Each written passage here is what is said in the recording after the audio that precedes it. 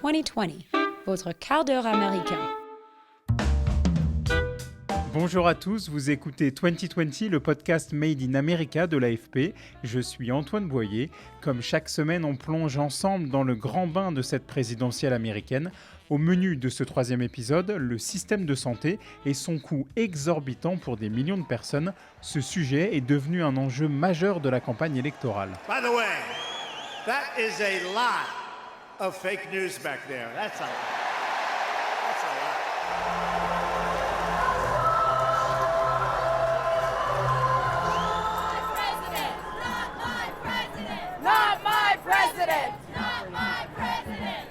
Aux États-Unis, les dépenses de santé sont nettement supérieures à celles de tous les autres pays développés, plus de 10 000 $ par an et par habitant, 2 fois plus qu'un Français ou un Canadien. Le système de santé hors de prix est difficile à comprendre et franchement stressant. Une petite anecdote personnelle. En décembre dernier, je vais voir un premier médecin pour un pépin de santé. Il n'est pas rassurant du tout. Alors quand un second médecin me conseille également de faire un examen poussé pour vérifier que tout va bien, je ne rechigne pas. Pas assez de temps pour rentrer en France, et puis je suis hypocondriaque. Je vérifie pour la énième fois que cet hôpital de Washington est bien dans le réseau couvert par mon assurance. Oui, je suis jeune, j'ai 30 ans et je suis en bonne santé. J'avais donc décidé de souscrire à l'option la moins chère proposée par mon employeur, une trentaine de dollars par mois. Le jour de l'examen, tout se passe correctement, les équipes sont formidables et fort heureusement, je vais bien. Mais l'hôpital facture en tout plus de 6 000 $. Mon assurance négocie un rabais et paye une partie. Il me reste à débourser près de 1 000 $ de ma poche. Joyeux Noël! Un candidat à la Maison-Blanche en particulier s'est saisi du problème des coûts du système de santé. Il s'agit de Bernie Sanders.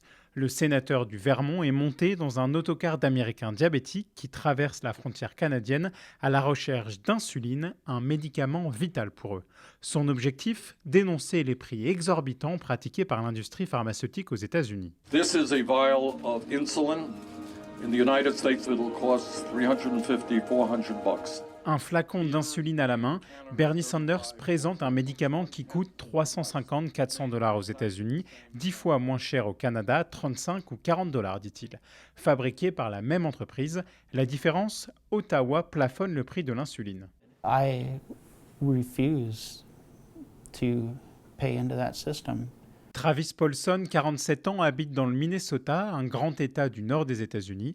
L'homme aux cheveux poivre et sel plaqués en arrière ne prend pas le quart avec Bernie Sanders, mais 4 fois par an, il roule 2 heures pour arriver de l'autre côté de la rivière, à la frontière canadienne, pour acheter son insuline moins chère et sans ordonnance. If I had to backpack it through the boundary waters in a canoe with insulin in a backpack, I would. I just will not pay what they're asking. Si je devais aller chercher mon insuline en canoë, je le ferais, je refuse de payer ce qu'il demande, dit Travis. Pour ses visites chez le médecin, son assurance américaine est excellente. Pour ses médicaments comme l'insuline, beaucoup moins. Elle ne couvre que 50% du prix. Quand ces Américains diabétiques, ni riches ni pauvres du Minnesota ne traversent pas la frontière, ils se contactent sur Facebook et s'échangent des fioles. Un marché noir de l'insuline gratuit aux États-Unis en 2020. La quasi-totalité des médicaments vient des stocks non utilisés des personnes diabétiques décédées donnés par leurs proches.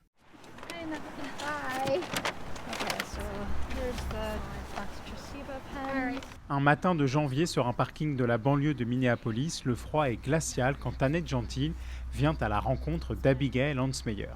La première a les cheveux châtains, la seconde est brune. Elles sont toutes deux diabétiques de type 1. Dans le sac marron que vient de lui donner Abigail, Annette reçoit de l'insuline pour un petit mois. En pharmacie, elle aurait dû débourser 1 000 $ pour un stock identique. Thank you. I rely on donations all the time for my insulin. Je dépends entièrement des dons pour mon insuline. Je ne peux pas me permettre du tout d'aller à la pharmacie pour mon insuline, dit Annette, 52 ans. Son assurance publique ne rembourse pas les médicaments. Si Abigail, 29 ans, qui a fourni Annette, est dealeuse d'insuline, Nicole est sa grossiste. Coupe au carré, la femme blonde aux yeux bleus nous emmène dans son sous-sol et dévoile ses stocks.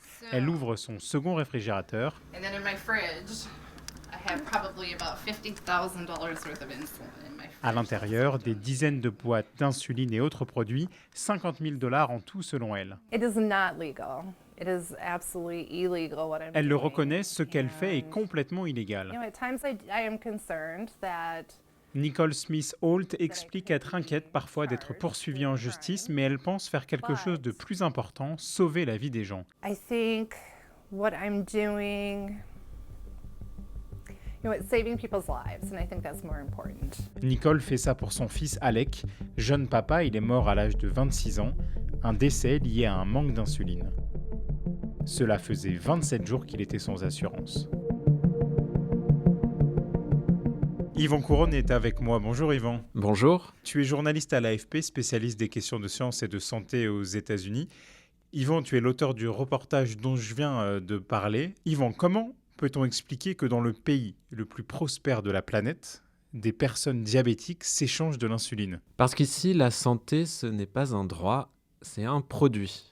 Et malheureusement pour les gens que j'ai interviewés dans le Minnesota et tous les gens qui tombent malades régulièrement, eh ben, ce produit coûte de plus en plus cher.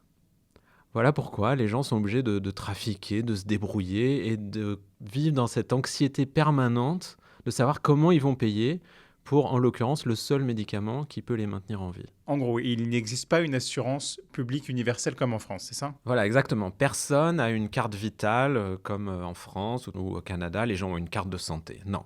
Ici, c'est chacun pour sa peau, grosso modo. Alors, la moitié des Américains, à peu près, a une assurance par son employeur.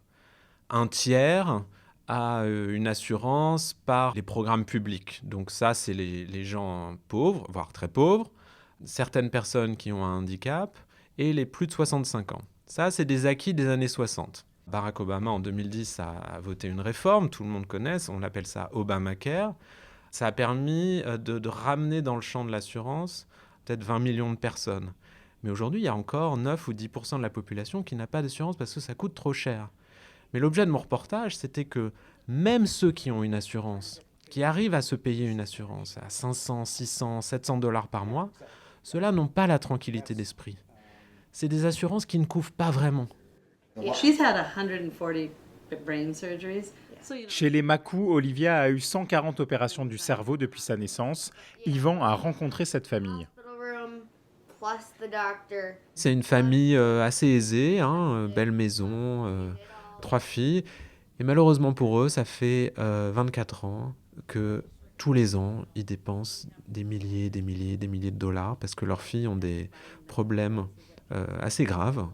Une de leurs filles est née très prématurément et elle avait de l'hydrocéphalie. Enfin, elle a été opérée des dizaines et des dizaines de fois du cerveau. Et donc, cette famille a appris à vivre avec une dette médicale depuis 25 ans. C'est des centaines de milliers de dollars qu'ils ont dû payer au fil des années.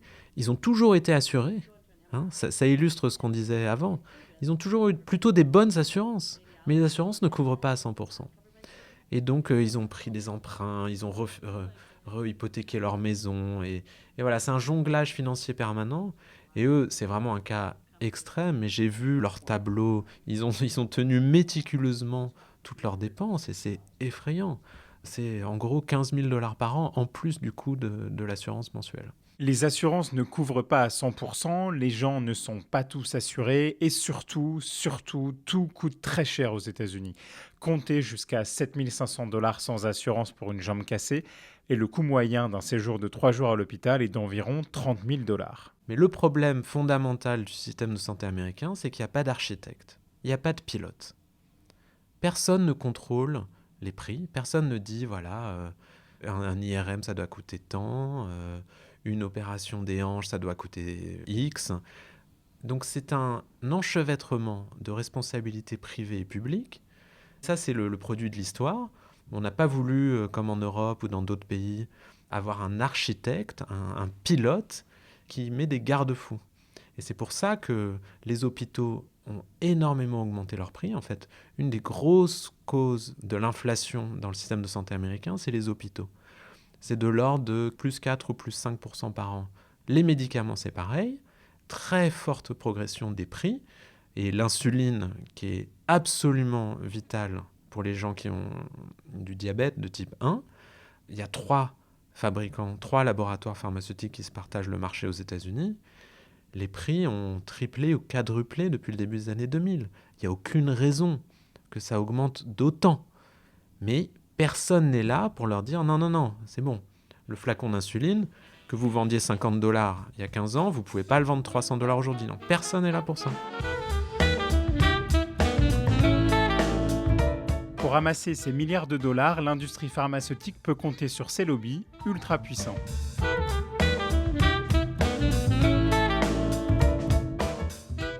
J'ai demandé à Yvon si on pouvait répondre à l'hôpital. Non, c'est trop cher pour moi, je ne paye pas. Si tu payes pas ta facture d'hôpital de $5 000, de $20 000, si tu ignores, l'hôpital va porter plainte contre toi et va t'emmener devant les tribunaux.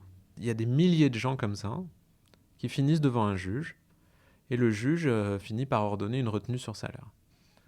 Heureusement, la presse est là. Et il y a pas mal de journaux américains, notamment des journaux locaux, qui se sont intéressés à tous ces hôpitaux qui portent plainte et qui traînent leurs patients devant les tribunaux. Et alors, dès qu'il y a un petit peu de couverture presse sur cet hôpital qui réclame $5 000 parfois à ses propres infirmières qui sont tombées malades, bon, en général, les hôpitaux commencent à abandonner et à réduire la facture de $20 000 à $200. C'est arrivé. Après, tu n'as pas vraiment le choix, quoi. Si tu refuses de payer, c'est comme avoir une dette parce que tu n'as pas payé ta voiture ou parce que tu n'as pas payé ta maison. Enfin, tu peux avoir des gros problèmes. Et il y a même des gens qui vont jusqu'à la faillite. Le système de santé américain est donc un marché où les assurances privées proposent et négocient des produits pour des patients considérés comme des consommateurs. Voilà précisément ce que veut changer Bernie Sanders. Nous avons beaucoup avancé ces 4 dernières années pour faire admettre aux Américains le principe que les États-Unis d'Amérique ne devaient pas être le seul grand pays sur Terre à ne pas faire de l'accès aux soins pour tous un droit.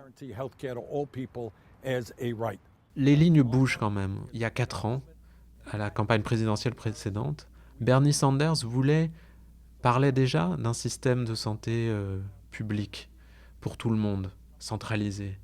Et Hillary Clinton, son adversaire, ricanait, disait non, mais c'est pas possible, on va pas refaire une révolution, on vient de faire la réforme Obamacare. Les lignes ont complètement bougé depuis 4 ans. La majorité du Parti démocrate aujourd'hui est vraiment en faveur d'une action très volontariste pour renforcer le rôle des pouvoirs publics, pour réguler les prix et pour vraiment aller contre les hôpitaux, contre les laboratoires, pour vraiment faire baisser les prix. La santé est l'enjeu principal de la campagne chez les démocrates qui se cherchent un candidat pour défier Donald Trump. Si tous les prétendants s'accordent sur la fin, améliorer la couverture médicale, ils sont divisés sur les moyens d'y parvenir. D'un côté, l'aile gauche, avec le sénateur Bernie Sanders et Elizabeth Warren, élue du Massachusetts. Nous avons besoin d'un système de santé qui reconnaisse que l'accès aux soins est un droit humain et je me battrai pour ça. Leur programme Medicare for All, une couverture santé universelle publique pour tous, à l'européenne en somme. Plus de factures surprises à la fin du mois, plus de médecins non couverts par son assurance, promettent-ils. L'autre camp, les centristes du parti, reprochent à l'aile gauche de s'en prendre à la liberté de choisir entre une assurance publique ou une assurance privée. Medicare for All, pour ceux qui le veulent, est différent de Medicare for All car il offre un choix. Si vous préférez une couverture publique, et je pense que ce sera le cas de beaucoup d'Américains, c'est possible. Mais vous pouvez garder votre assurance privée si vous préférez. Celui que vous venez d'entendre, c'est Pete Buttigieg, le Benjamin de la course démocrate. Comme Joe Biden, l'ancien vice-président de Barack Obama, ou Michael Bloomberg, l'ex-maire de New York, ce centriste est en faveur d'une extension de l'assurance publique, mais pas touche aux assurances privées. Alors l'ennemi commun de tous ces candidats, c'est Donald Trump. Et le président républicain, lui, agite l'épouvantail du socialisme, un mot bien plus marqué à gauche aux États-Unis qu'en Europe. Pendant que nous travaillons à améliorer l'accès aux soins des Américains, il y a ceux qui veulent vous enlever votre couverture santé, vous retirer vos docteurs et abolir totalement les assurances privées. 132 élus de cette Chambre ont approuvé une législation qui impose une prise de contrôle socialiste de notre système d'assurance santé, anéantissant les programmes d'assurance santé privés de 180 millions d'Américains très heureux. À ceux qui regardent à la maison ce soir, je veux vous dire, nous ne laisserons jamais le socialisme détruire la couverture médicale américaine. Et bien sur le terrain de la santé, la campagne électorale promet d'être électrique.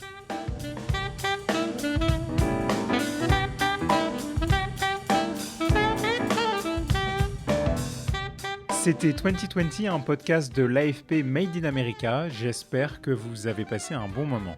Le reportage texte, photos et vidéos sur l'insuline, réalisé par Yvan Couronne, Kerem Youssel et Cathy Schubauer, est à retrouver sur nos comptes Twitter AFP USA et AFPFR. Un grand merci à toutes nos équipes à Washington et à Paris qui nous aident à réaliser ce podcast. Pour ne rien rater de cette aventure présidentielle, une seule chose à faire, abonnez-vous à 2020 sur votre appli de podcast préféré. À vendredi prochain, américainement vôtre.